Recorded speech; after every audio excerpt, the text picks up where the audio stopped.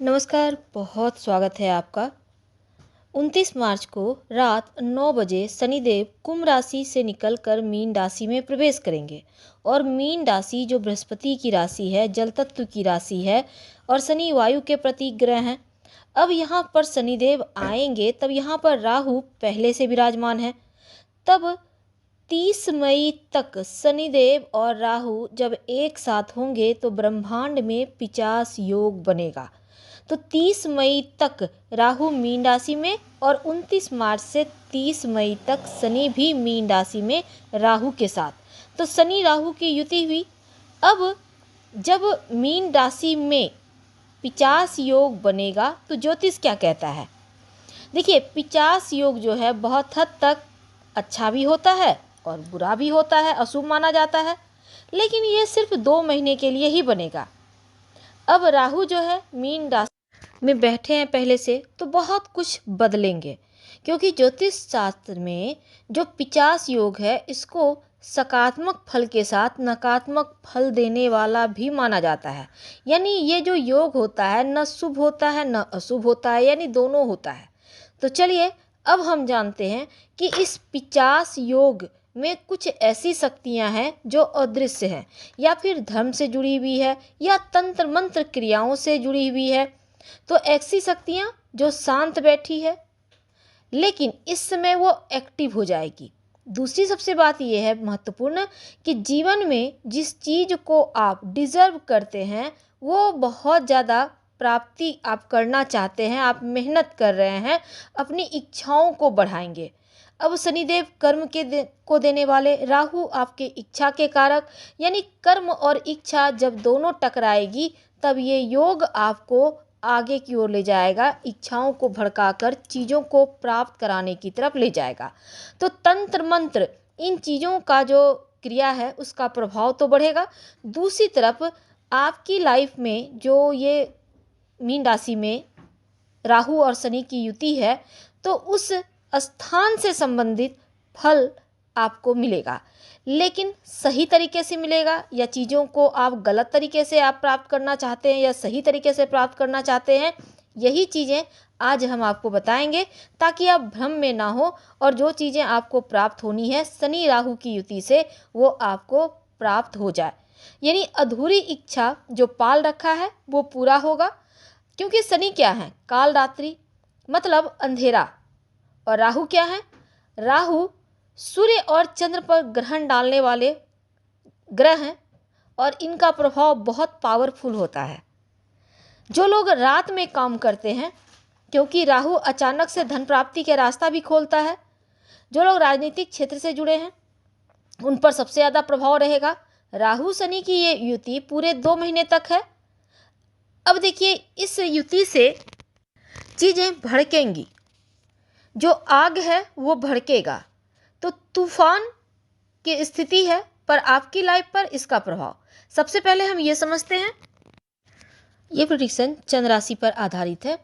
वृश्चिक राशि, देखिए वृश्चिक राशि वालों, शनि राहु का जो 50 योग है ये आपके पंचम भाव में बनने जा रहा है। और राहु शनि का ये योग जब आपकी कुंडली के पंचम भाव पर घटित होगा, और पंचम भाव प्रेम जीवन का है, संतान का है, शिक्षा का है, तो ये जो 2 महीने हैं संतान को लेकर थोड़ी चिंता बनी रहेगी। अब आप सोचेंगे कि अभी अभी तो ढैया से मुक्ति मिलना था, अब ये कैसी चिंता? देखिए, ये जो 2 महीने हैं, आप विद्यार्थी हैं तो पढ़ाई लिखाई के मामलों में थोड़ी बाधा आ सकती है, ध्यान रखिएगा, पढ़ाई पर ध्यान दें। रोज़ भगवान सूर्य को प्रणाम करके गायत्री मंत्र जरूर पढ़ें, इससे आपका सही समय पर आप सही डिसीजन ले पाएंगे। और ख़ासकर अगर आपके बच्चे हैं या आप प्रेग्नेंट हैं, आप वृश्चिक राशि के हैं, तब आप महिला या पुरुष दोनों के लिए है, तो तब आप क्लीं कृष्ण क्लीं भगवान श्री कृष्ण का मंत्र का जप कीजिए, आपकी रक्षा होगी। देखिए, लव लाइफ का भी पंचम भाव होता है घर। अब ऐसे में रिश्तों में दूरियां दिख रही है तो रिश्तों को संभाल के चले।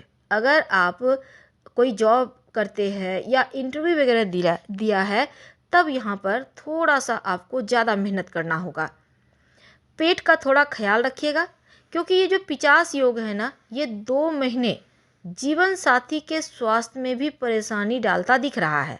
यानी वैवाहिक जीवन में थोड़ा सा टेंशन, दूरियां, या फिर अगर आप अलग अलग हैं, डाइवोर्स लेना चाहते हैं, तो ये आपके लिए है कि आप लोगों का विवाह विच्छेद करवा देगा। इसमें कहीं कोई दो राय नहीं है। लेकिन हड़बड़ी में इस समय विवाह ना करें। अभी कुछ समय रुक जाएं, फिर विवाह कीजिएगा तो अच्छा है। सबसे बड़ा ये यहाँ आपको क्या होगा ना कि सप्तम भाव आपका एक्टिव हो गया, ये आपके लिए प्लस पॉइंट है। अब सप्तम भाव एक्टिव होगा तो सप्तम भाव पार्टनरशिप का भाव है, तो पार्टनरशिप में काम करते हैं तो लाभ मिलेगा।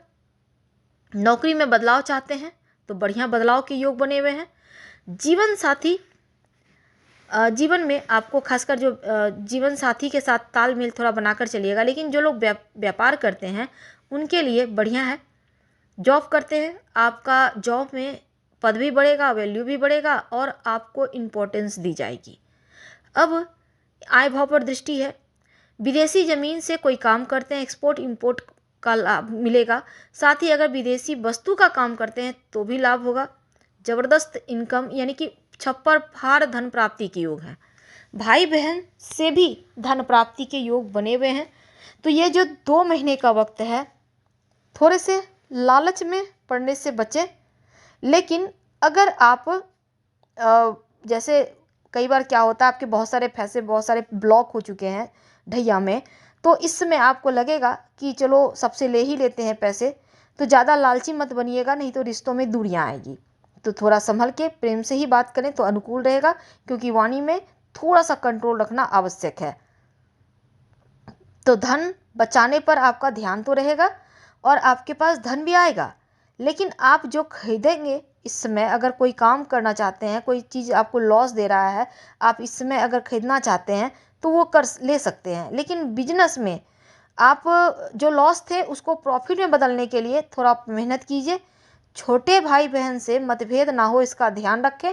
माँ के तरफ से किसी भी तरह का विवाद वगैरह की स्थिति ना बन जाए, किसी प्रॉपर्टी संपत्ति या धन को लेकर, इसका ध्यान रखिएगा। और चूंकि इनकम भाव को देख रहा है, विदेश जाकर अगर आप कोई काम करना चाहते हैं तो उसके लिए बढ़िया है। अपना मकान, भूमि, भवन, वाहन का सुख देगा ये योग। और घर से अलग आप रहना चाहते हैं तो भी ये योग आपको अलगाव देगा। तो कुछ मामलों में अपनी वाणी पर कंट्रोल रखें। हड़बड़ी में विवाह तो बिल्कुल भी ना करें। वैवाहिक जीवन को बेहतर बनाने के लिए थोड़ा सा तालमेल बनाकर चलें। क्या करेंगे उपाय? आप उपाय के तौर पर रोज हनुमान चालीसा का पाठ करके दिन की शुरुआत करें तो आपके लिए बढ़िया रहेगा। हम आपसे विदा लेते हैं। जानकारी अच्छी लगे तो लाइक कर, सब्सक्राइब करें, शेयर करें, कमेंट करें। धन्यवाद।